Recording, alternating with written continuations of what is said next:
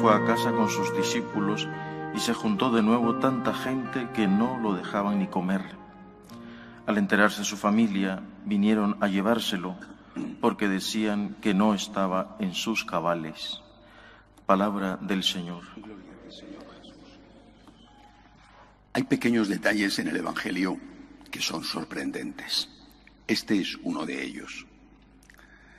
Dice el evangelista que estaba Jesús predicando con gran éxito. No le dejaban ni comer, también seguramente porque iban atraídos por los milagros que hacía. Que llegó la familia y se lo quiso llevar. La frase tremenda es: ¿por qué decía la familia que no estaba en sus cabales? O sea, que estaba loco. ¿Por qué? ¿Por qué esta reacción de la familia de Jesús? Bueno, primero vamos a ver quién era la familia.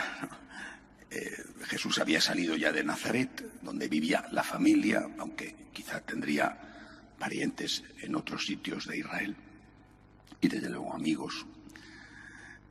Esta familia estaba formada, ya sabéis que hay dos tradiciones, ¿no? Una tradición, las dos son válidas.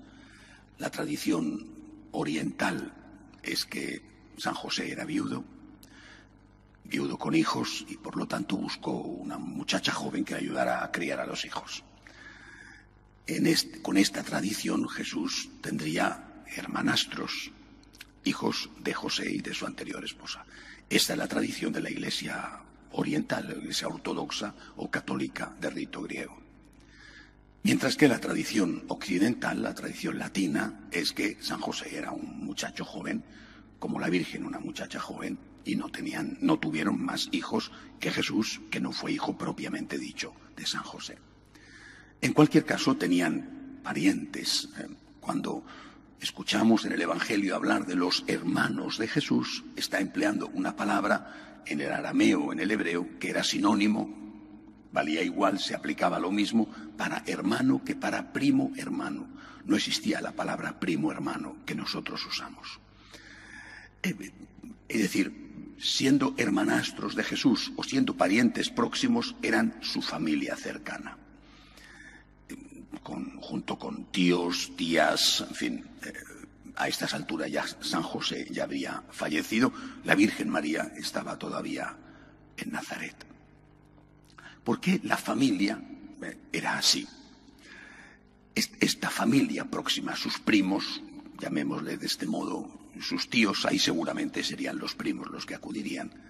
¿Por qué? Yo creo que hay varias causas. Primero hay que decir que no todos eran así. Sabemos por otros textos del Evangelio que al menos dos de estos primos eran discípulos e incluso apóstoles, San Simón y San Judas, es decir, Simón, no Simón Pedro, sino el otro Simón, que fue San Santiago, el llamado el menor, que fue el que se quedó de obispo en Jerusalén. Bueno, es decir, que algunos de la familia sí que habían creído en él, pero otros no. Jesús se queja de esto en otra ocasión, cuando dice: ningún profeta es bien valorado en su tierra, entre los suyos, dice Jesús, y en su tierra. No hay que olvidar que el primer intento de matar a Jesús fue por Herodes cuando era un bebé, pero el primer intento como adulto de matar a Jesús fue en Nazaret. Fue su propia familia. Nazaret era una aldea pequeñísima donde casi todos eran parientes. Es decir, hay un sector de la familia que se enfrenta con Cristo de forma profunda. ¿Por qué esto? Primero porque había mucha envidia. ¿De qué va? Si este es uno de los nuestros, si le hemos visto correr en nuestras calles, si le hemos ido con él a la sinagoga a estudiar cuando era niño, si le hemos encargado que nos hiciera una silla o que hiciera una pared de ladrillo, porque Jesús era un artesano, ¿por qué? ¿De qué se las da este ahora? ¿De profeta? ¿Viene aquí a presumir? La envidia. Y la envidia, que es un pecado capital, ¿verdad? está también en la familia. ¿Cuánta envidia no hay entre los hermanos o entre los primos? Este se ha comprado este coche, este no. Este tiene una casa en el campo, este no. Sus hijos están estudiando muy bien, los míos no. No. Esto es una realidad. Por lo tanto, la envidia hizo que aquellos que vivieron con Jesús, ¿os imagináis? Vivir con Jesús, ser pariente de sangre de Jesús y volverse contra Jesús por envidia. Y luego había otro motivo que creo que fue tan importante o más que el de la envidia. Tenían miedo, mucho miedo. Nos cuesta trabajo a nosotros entenderlo porque es una época distinta a aquella. Pero cuando había una matanza de un líder, por lo que fuera, no se limitaban normalmente a matar al líder, sino mataban a toda la familia, porque sabían que por los profundos lazos de familiaridad, eso le obligaba a los que quedaban a tomar venganza. Y entonces acababan con toda la familia. Tenían miedo a que si Jesús se precipitaba hacia una catástrofe porque estaba proclamando su divinidad, no solo fuera Jesús el crucificado o el asesinado, sino que llegaran a Nazaret y dijeran, a ver, ¿quiénes son los familiares de Jesús? Matamos a todos. Hay muchísimos ejemplos de esto, no solamente en Israel. Herodes mandaba matar a sus parientes, a sus hermanos, porque su padre había tenido hijos con muchísimas mujeres y para que no le disputaran el trono mataban a todo el mundo, hacían carnicerías. Esto era frecuente en el mundo persa, por ejemplo, incluso hasta cierto punto también en el propio mundo romano. Las matanzas de familiares cuando querías acabar con alguien. Tenían miedo a que una represalia contra Jesús supusiera también una represalia contra ellos y poner en peligro su vida. Bien, esto es para entender el porqué el rechazo a Jesús, la envidia y el miedo. Apliquémonos, como siempre, a nosotros la palabra de Dios. Somos la familia de Jesús. No tenemos la suerte de llevar su sangre, ¿verdad? Alguien la llevará, digo yo, alguien la llevará desde el punto de vista de la familia de la Virgen, ¿no? Porque la Virgen tenía hermanas y alguno quedará por ahí, confío, ¿no? Pero nosotros no tenemos la suerte de ser de la familia de Jesús, la familia de sangre. Pero somos su familia espiritual. Somos los hermanos de Jesús. Somos seguidores de Jesús. Somos hijos adoptivos de Dios. ¿Y qué hacemos? Esta es la pregunta, porque siempre que miramos atrás, es muy fácil ver las cosas que hicieron mal los otros, ¿no? La Iglesia en la Edad Media, tal. La Iglesia en la Edad Media, anda que no ha llovido de la Edad Media, vete tú a juzgar la Edad Media, porque no juzgas el presente. ¿Qué está haciendo la Iglesia ahora? Esto es lo que hay que juzgar, ¿no? O decir, no, ves que la Iglesia de época de Franco era época de Franco. ¿Qué está haciendo la Iglesia ahora? Creo que lo que tenemos que hacer siempre es mirar atrás para aplicarlo a la hora. Si no, es todo una justificación, ¿no? Miramos los defectos de los demás y no los nuestros.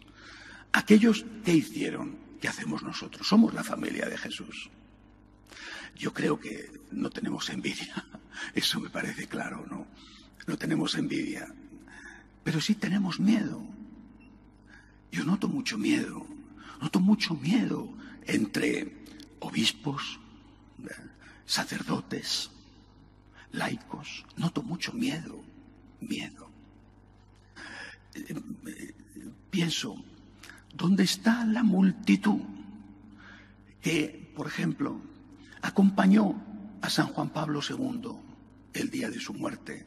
Aquella multitud, yo estaba allí, yo lo vi, yo me pasé, ya no me recuerdo bien, pero creo que fueron 13, 14 horas en la cola para poder pasar delante del féretro de San Juan Pablo II.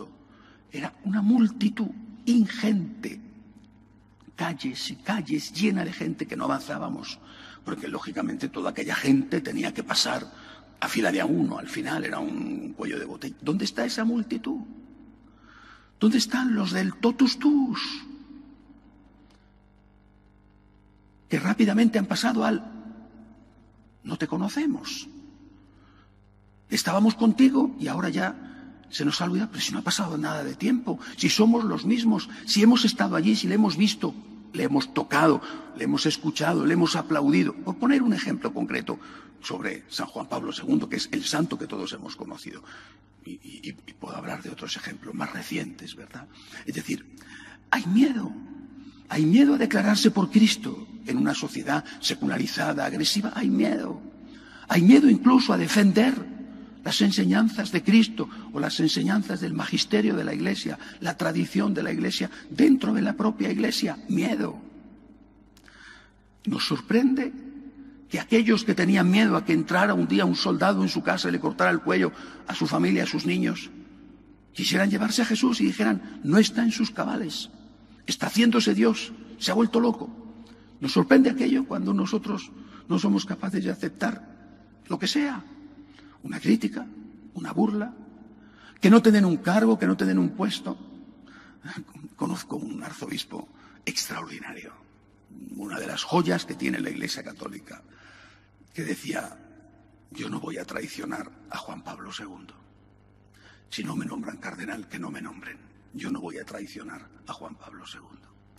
Yo creo que nosotros tenemos que ser la familia de Jesús, que es capaz de ser fiel, aunque eso suponga la persecución de los enemigos de fuera y también de los enemigos de dentro.